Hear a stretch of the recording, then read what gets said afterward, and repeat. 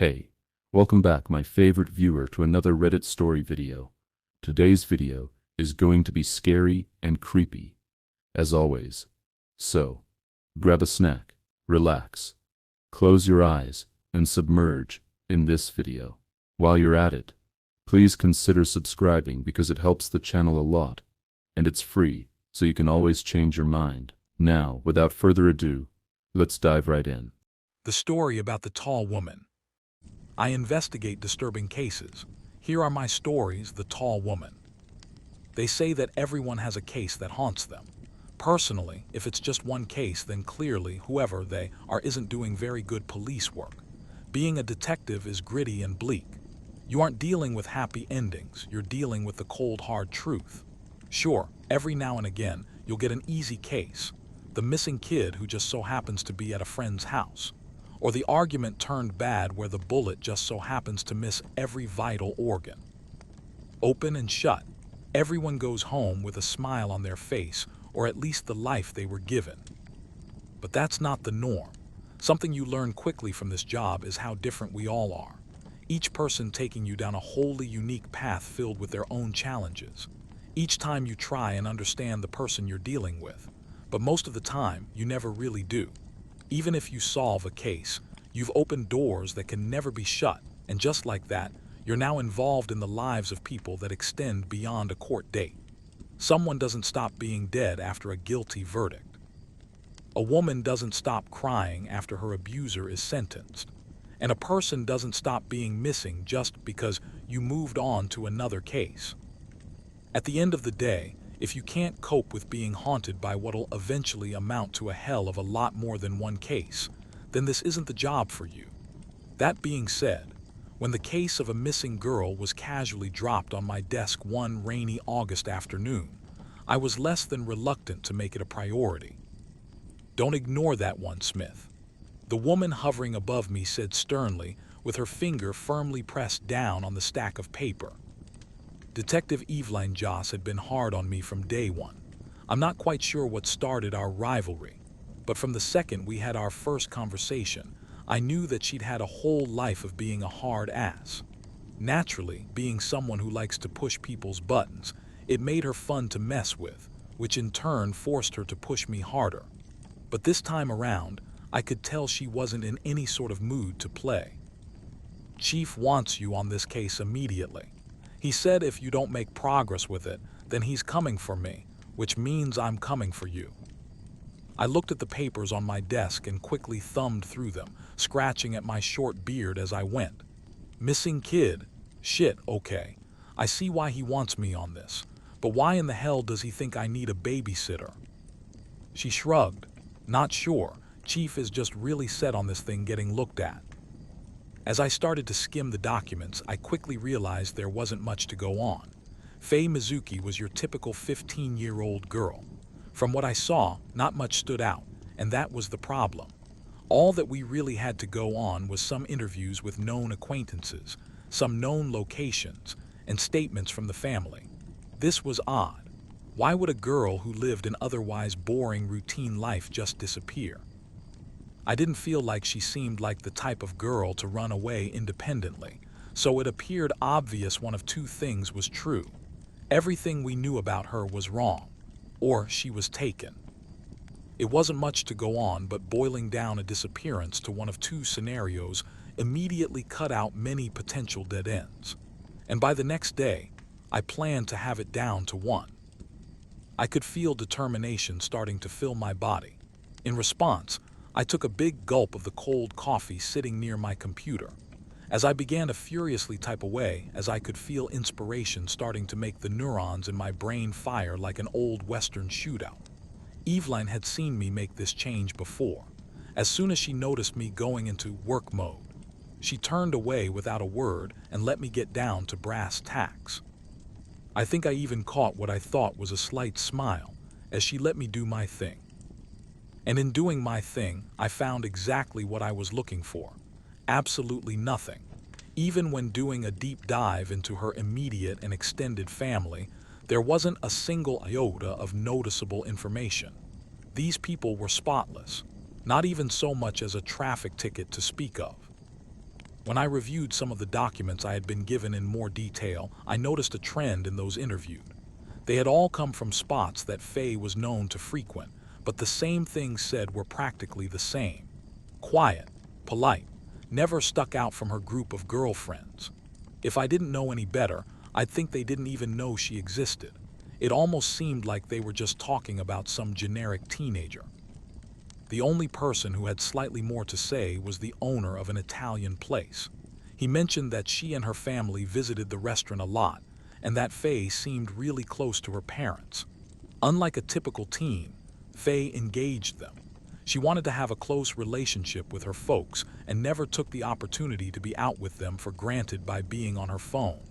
If only all kids felt like that, but I digress. Either way, this was all useful information. I had an idea of who Faye was. While I'd still do my due diligence on the facts, I knew what I was looking for. I was looking for the thing or person that stuck out from the blandness. However, I also knew I wasn't going to do that by talking to the people accustomed to seeing that side of her. By the next morning, I was drinking warm coffee in the office of her principal, Ms. Thompson. I could immediately tell that Ms. Thompson was a no-nonsense type of person. She came off as mean-spirited. Her sharp tongue betrayed the image of the short, almost sweet-looking old lady one could easily mistake her for. "I already talked to the cops. I don't know why you're here," she said, waving me off. "And I understand that, Ms. Thompson," I started, "but I'd just like to ask some follow-up questions if you don't mind." This must have offended her because she stopped typing at her computer and gave me an "are you serious" type of look. I could tell through her dark lenses that she was rolling her eyes, and she made it a point to say her next words slowly. "I don't know what happened. I know your people are slow, but that should be pretty straightforward." Being a black detective in a very non-black area, you always expect some people to treat you differently, but her bluntness caught me off guard. As much as I wanted to cuss her out right there and remind her that I don't give a damn that she's an educator because I'm still a cop, I knew I needed her information. I instead opted to smile and forced out a fake laugh. "Look, I really don't want to take up much of your time. If you say you don't know anything about her disappearance, then fine. But surely you know if she's been into any trouble, maybe some kind of an altercation with a teacher or classmate." To her credit, she actually stopped to think for a moment. Her history teacher, Mr. Berkeley. He's mentioned her name a couple of times, and I thought it was odd because she's never had issues in any other class. Maybe he knows something. Bingo, a hint at a break from her norm. "And when could I see him?" I asked. "If you come back at lunch, he should be in room 2105. She turned her attention back to her computer. Her hand waved frantically towards the door, signifying that she'd done her part in setting me in the right direction, and that I needed to leave her alone. I took the hint and walked towards the exit, but I couldn't help myself from stopping at the door. You know, I was always the fastest kid in my grade. Though when you're in your 30s, I guess you're not as fast as you used to be. But I'd imagine that's something you figured out many decades ago. Tragic. And with that, I slipped out the door, only glancing back to see the look of pure anger she had plastered on her face. When 12 o'clock rolled around, I returned for my rendezvous with Mr. Berkeley. I strolled into the messy classroom and noticed the balding, shorter man tucked away behind his desk, with a stack of papers neatly placed beside him.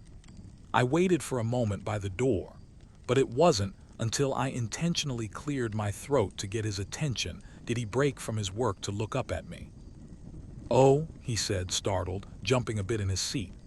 "I apologize, I didn't see you there. You must be the asshole detective I was told needed to talk to me." "Asshole detective," I chuckled. "Maybe Monday through Sunday, but other than that, I swear I'm the nicest guy in the world." He laughed and the mood seemed to lift a bit. "What can I do for you, Detective Smith, Detective Smith," I said, pulling out a chair from a nearby desk while opening up the Notes app on my phone. "You're Faye Mizuki's history teacher, right? I'm assuming you've heard the news of her disappearance. Is there anything of note that you can tell me about her? He thought for a moment. No, not really. Faye is a pretty good student. Does all her work, shows up on time, gets good grades. All of that would seem to make her better than just a pretty good student, yeah. I heard from my sources that she's a straight-A student, so surely she's better than that. He shrugged. I suppose. Nothing major separates Faye from the great students in my opinion. Nothing major. Tell me about the minor stuff then. Really just some disciplinary stuff. She's very talkative in class, and I've had to have a few conversations with her about being disruptive. Everything I've read about her says that she's a quiet girl. Seems a little odd that she'd be a chatterbox in your class all of a sudden. Not that I don't believe you, but things change when your best friend is in your class. Best friend, do you have the name of this person? Yeah, Hannah Sterling. 16, blonde hair, freckles, green eyes. I think she swims with Faye on the water polo team. Interestingly enough, Hannah hadn't been in any of the reports I'd read. How could we have missed a best friend? I wanted to push further on this fact, but as a 50-year-old teacher, Mr. Berkeley didn't have much insight into the personal lives of these kids. Hannah Sterling, I pushed. From what I've come to understand, she's not someone that I know of to be in Faye's main group of friends, and yet they're constantly chatting it up. They seem pretty friendly in class, that's all I can say, he said. Whether or not they hang out outside of it isn't really my place of expertise, but I always assumed they were close. The well of information there was running dry. After a couple more questions, I thanked Mr. Berkeley for his help and proceeded to make my way back to the car. On my way out, I sent text messages to my officers back at the station to find me all the info they could on Hannah Sterling. I also asked them to check up on the people we had interviewed to see if they had recognized the name or the description.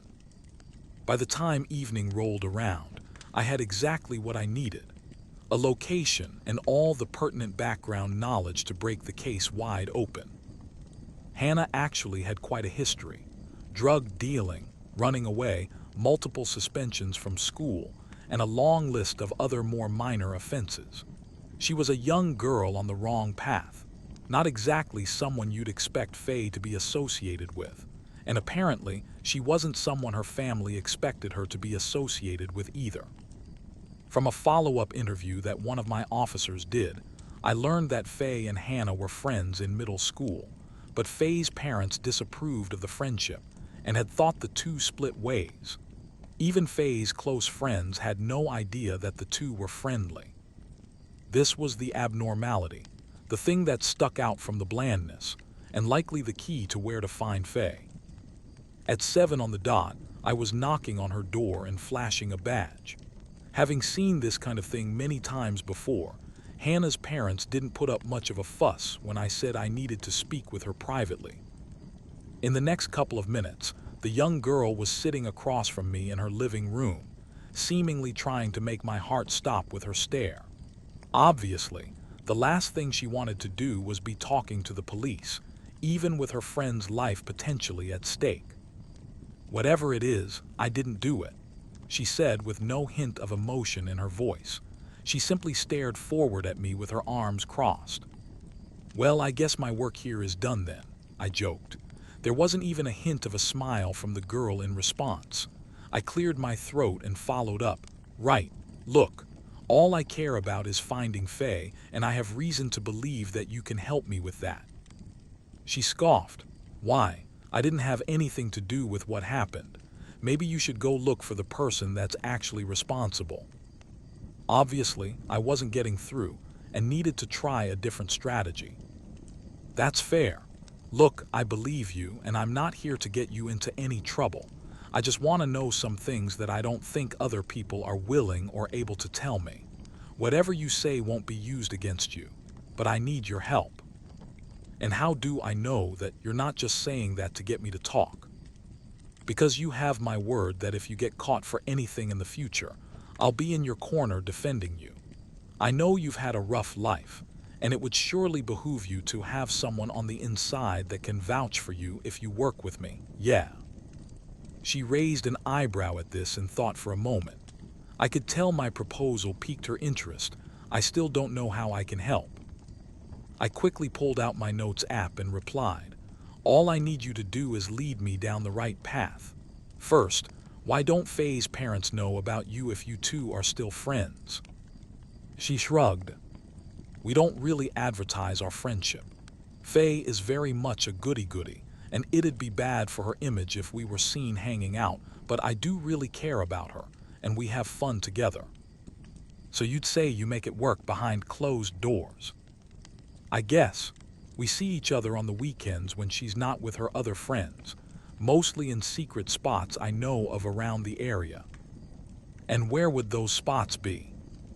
A slight laugh escaped her and I could see her body start to relax. I'm definitely not telling you that, cop. Doesn't matter though, she wouldn't be there anyway. Faye is terrible with directions. Plus, she wouldn't have a reason to visit without me.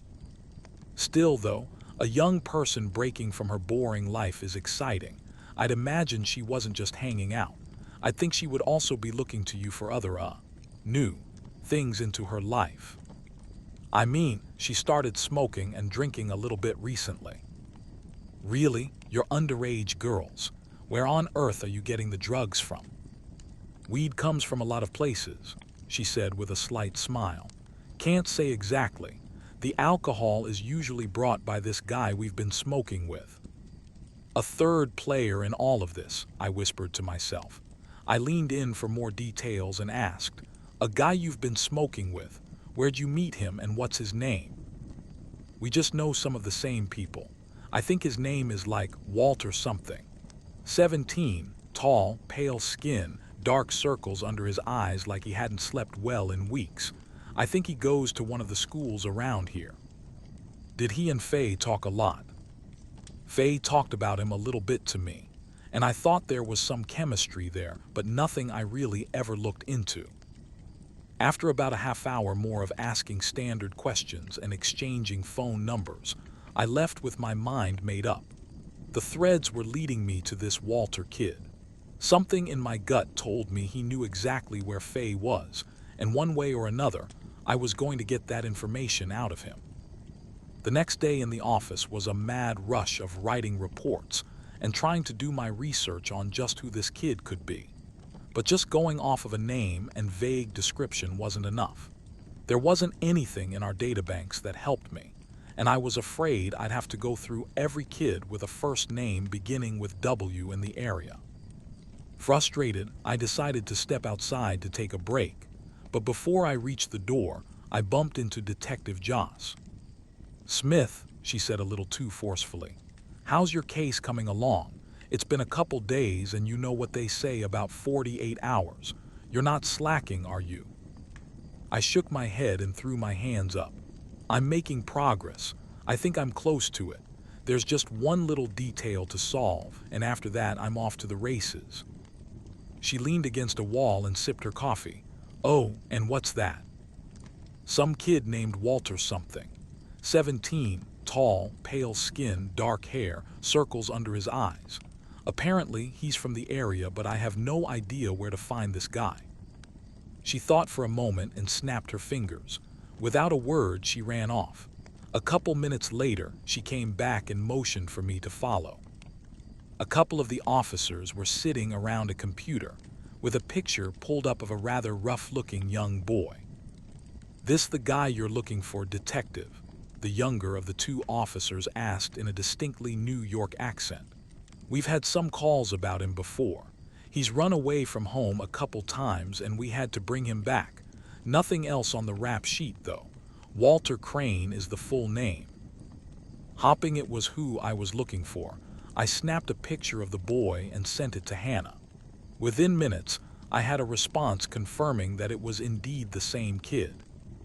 My eyes grew wide reading her text. Immediately, I grabbed the address for Walter's school from the guys at the computer and bolted out the front door, shouting that I owed them big on the way out. I made the drive from the station to the school in record time. In what felt like seconds, I went from demanding that the principal grab Walter to sitting down with the kid in a private room. Right off the bat, I could tell he was nervous. I didn't even have to say Faye's name for him to know precisely why we were sitting across from each other. Without saying a word, I wanted him to know that I was sizing him up. But it was apparent I didn't have to do much to intimidate him. It was like Hannah said, it looked like he hadn't slept in weeks. He was skinny, smelled like cigarettes, and struggled to make eye contact. But even beyond that, his general unkempt look, loose-fitting clothes, and pale skin belied a kid that was obviously struggling with something pretty serious. No visible bruises to indicate that there was abuse, but that didn't mean there wasn't any going on. Either way, something was deeply wrong. I don't know why I'm here, he eked out. I wasn't in the mood for games. Look, kid, a girl is missing, and I have reason to believe that you know something. Why me? I sighed. Tell me how you know Hannah Sterling. Don't lie either. I've talked to enough people to know the truth here, and I swear it's gonna look awful for you if you start jerking me around. He fell for the bluff. Okay, she sold me drugs. What kind of drugs? I demanded. Just weed, he replied softly. Did you ever smoke weed with Hannah? Sometimes, yeah. Why? Was there ever anybody else there? And if so, then what was their name? Yeah, a girl named Faye. Bingo. Did you ever talk to Faye outside of smoking with Hannah? He started to choke up. His hand twitched for a moment, and I could see he was debating whether or not to come clean. I realized I might have been pushing too hard and pulled back the intensity a bit. Look, Walter, I know this is hard, and I don't want you to worry about getting into trouble or anything. I leaned in closer and put my hand on his shoulder. But right now, I don't care about any of the other stuff. I just need to find out where Faye is. Please help me do that. He shook his head. You don't understand, you won't believe me. I leaned back in my chair and took on a softer tone. Try me. Start from the beginning. He took a deep inhale before a slow exhale and nodded. I've been dealing with something. This thing has kept me up for the past couple of months. I've been really scared. It said it'd take me to its home just like it took other people unless I gave it something to take my place. It visited every night. I knew it was getting closer and closer to taking me. It reminded me every damn day of what it wanted. I started buying weed from Hannah to help me sleep, and that's where I met Faye. She's a really nice girl, just really naive. I could tell that she liked me a bit, and I used that. I'm so sorry that I did. But I needed someone to take my place. I told her I knew a cool spot we could hang out at, so I drove her out there, and that's where you'll find her. At its home. I promise I didn't hurt her, but you have to see. None of this made any damn sense to me. I couldn't tell if Walter was admitting to murder, maybe with an accomplice, or if he was hinting at something else entirely. I must have not even noticed how long I was in my own thoughts while taking notes, because before I knew it, the kid was rocking back and forth, crying about how sorry he was. I tried calming him down, but to no avail. The best I could do was wait until his panic attack was over, but even then, he profusely stated how he never hurt Faye, and that he was just doing what he could to survive. The kid was spooked out of his mind, and suddenly, his appearance made more sense. This was caused by stress and a hell of a lot of it. Eventually, I managed to get an address for the place and got all of Walter's contact info, telling him I'd be in touch. On the way out, I took a few minutes to try and convince the principal that she should send Walter home for the day. For whatever happened, he was a teenage boy under a lot of stress. I had no qualms about bringing him to justice if and when the time came, but I also felt sympathy for whatever he was going through. She seemed to respect my suggestion, but I'm not sure if she ever actually did anything. Either way, that was a secondary concern. At the moment, I had my location about a 45-minute drive away, and nothing was going to stop me from getting there. I jumped in my car and burned rubber towards the address. My attention never once broke from the road ahead of me, and my mind was solely focused on finding Faye. Not a single stay through entered my brain. When I finally arrived at the nearly dilapidated house out in the middle of a random plot of land surrounded by nothing, I truly started to fear the worst. By the looks of it, it was an old abandoned two-story farmhouse. I'd done this job long enough to know that with nothing around for miles, it'd be the perfect spot for a murder. Even standing a reasonable distance from the old farmhouse, I could catch a whiff of a pungent odor. As I walked closer to it, the stench only intensified. What the hell, I thought to myself as I went for the door. It only took a slight nudge for it to open, but what I saw inside, Jesus, it was fucking horrible. The light from outside poured in through the various holes in the farmhouse, illuminating the various dead bodies strewn about. Most of them appeared to be animals, but some were undoubtedly human, and most were very young. What kind of sick bastard would do something like this? I thought. I pulled my gun and shouted for whoever was there to come out slowly with their hands up. I waited for about 30 seconds with no response from anywhere in the building. I shouted again and still no response. But despite the silence, I knew I wasn't alone. To this day, I don't know what force drove me to do it, but I had this indescribable urge to look up. For a moment, I thought I saw what appeared to be a massive four-legged spider scurry from the ceiling into one of the rooms on the second floor. My brain couldn't quite process what I had just seen. If that was a spider, it was easily as long as a polar bear. It had to at least be 9 feet, with legs easily matching the length of its body. But the more I thought about it, the more I questioned. What spider had smooth skin with a head of long black human hair? Gun pointed in front of me. I ran up a set of dangerously old stairs and followed the thing into the room I had seen it enter. What stood before me was most definitely not a spider. It was a woman. She did stand at approximately the 9-foot height I assumed when I first got a glance. Her body was rail thin with loose hanging gray skin and arms that dragged behind her on the ground. But it wasn't just the impossible proportions of her body that terrified me to my core.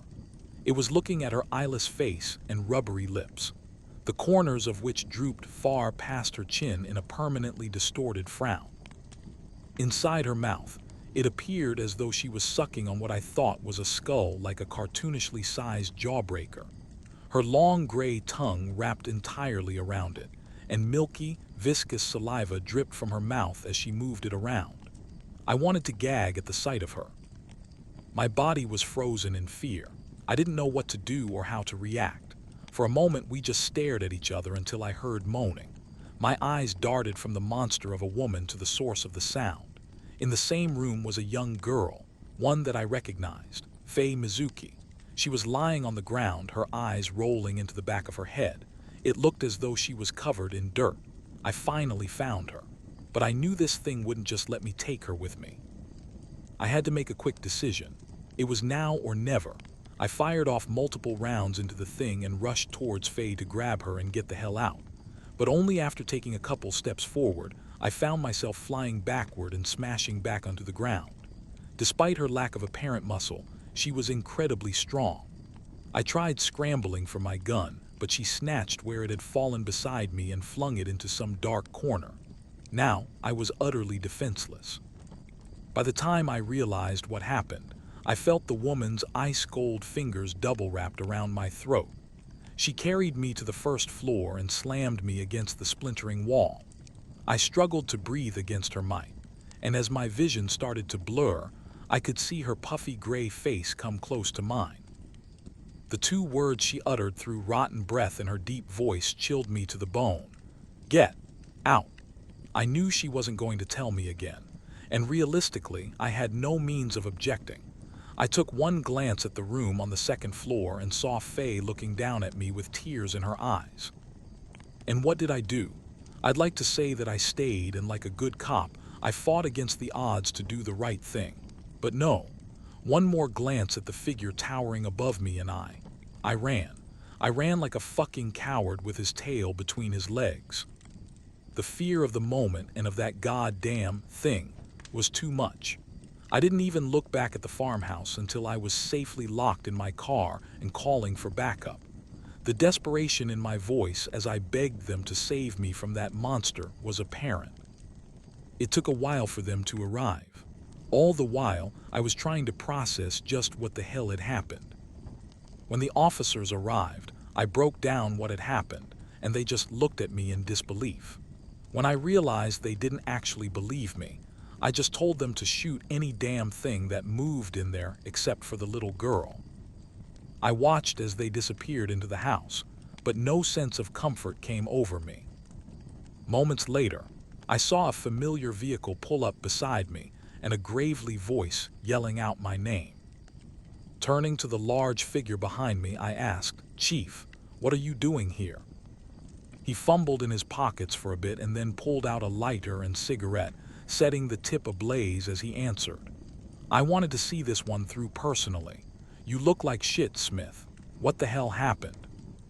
Flashbacks of that horrible thing crossed my mind and I shook my head, repulsed at the thoughts. I found the girl and something else. Look, everything will be in my report tomorrow. But when the officers kill whatever the hell is in there, you need to see it with your own eyes. He stared at me for a moment, puffing on his cigarette. I couldn't read him. All I knew is that the look on his face wasn't disbelief, but something else entirely. Pity maybe? I'll never know. Either way, he played off my fears and simply said, "Go home, Smith. We'll handle things from here. You've worked hard on the case, and it looks like you've been beaten up a bit. Detective Joss will be on the scene soon to tie up loose ends." I was shocked and found myself speaking at a little louder of a tone than I had expected. "What? No, I have to see this thing through. I have to make sure she's okay." The look in his eye implicated he wasn't going to argue with me. "No, Smith, you're going home. We will take care of everything. You have my word." I wanted to fight it. I wanted to scream and yell that this was bullshit, but I knew my place, and I knew I didn't have any standing to force the issue. Reluctantly, I got in my car and drove home mad at the world. That night was awful. I couldn't stop thinking about that monster I had come face to face with, or the conversation with Walter that now made complete sense. The thing was hunting him, and it was smart enough to get him to sacrifice someone else in his place. I wouldn't be able to sleep either if I knew that thing was coming for me. Hell, it probably explained him running away too. He was probably trying to get as far away from it as possible. Still, he knew he'd never succeed until either it took him or until it took someone else. But why? Why not just take the kid? Why did it matter who it was if it was just hungry? Did it just like to fuck with people? Did it have some kind of sick mind that matched its even sicker appearance? I wish I knew. The next day, I tried to keep a sense of normalcy. My morning was fine, albeit I scared myself a couple of times, thinking that lady had found itself in my house. I threw myself into my work the next day, finishing my report in record time. I wanted to hand it to the chief personally in part so that I could ask him about what went down the previous day. But in response, he simply asked me to close and lock the door behind him. "Sit down, Smith," he said calmly, and I did. "Look, I appreciate you doing the work you did. You're a damn fine cop. Damn fine, but here's what's going to happen. I know you. You're an honest guy. You want to do things the right way. And your report is going to reflect that, isn't it?" Yes, I replied cautiously. "I respect that, but this report on my desk doesn't exist." He pulled out a stack of papers from his desk. "This is actually the report that you emailed me today and handed to me in person. It says that you talked to the Walter kid. He told you that Faye had tried some new drugs, found a spot to use them in, been killed by an unknown assailant, and that the farmhouse she was using had been burned down, likely by a homeless squatter on accident. That sounds more realistic, doesn't it?" What was he saying to me? My blood was boiling, and it took everything in my power not to rush the man right there and crack him across the jaw. "Sir, that's not at all what happened. The girl was alive when I saw her. There were armed officers who went in to take her." He nodded. "And what, Smith? They went to fight a creature of the night like superheroes." "You were there. There's no way they didn't see. There's no way you didn't see." I was beginning to crack. He sighed and leaned back in his chair. "I was there and I did see a lot. Look, It doesn't do either of us good to lie. Smith, there are things out there, things that we are completely incapable of dealing with. So we just run and hide, I snapped. Isn't that what you did? He calmly replied. He was right. His words stung like a salted dagger to the gut. What could I even say? But that's not what we do. I was wrong. He exhaled loudly. Let's say that people believed us. We don't live in a world where anyone could ever accept that things that go bump in the night are real even if we say it's true. We'd get looked at as crazies who aren't doing their job. But let's pretend like that's not the case. Where do we go from there? Arrest something like her, keep her in jail with all the other criminals. Smith, do you thinking burning down that farmhouse killed her? Fuck no, just scared her off. We literally don't have the capacity to deal with things like that. So what's the next best move? Stop the panic. Move those things to more obscure locations if we can, but otherwise operate as if things are normal and move on. We focus on the real crimes that we can deal with. I was speechless. My own damn chief was telling me to just forget that a family had lost a daughter because he didn't think there was anything we could do to help. The only thing left to do was ask, "Did you know?" He went silent for a moment and said, "I had a hunch. I've seen cases like this before."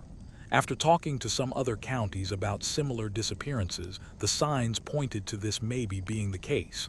When your frantic call came through, I wanted to confirm it for myself. Smith, you did good work. This was a problem we needed to address for a while. And if she strikes again, I interrupted. Then we figure something else out, I suppose. Look, you're going to be on some easy cases for a while. You've earned the break, and I don't want you seeing anything else traumatic, even by normal standards, for a while. But I'm demanding that you play ball on this one. Just trust me.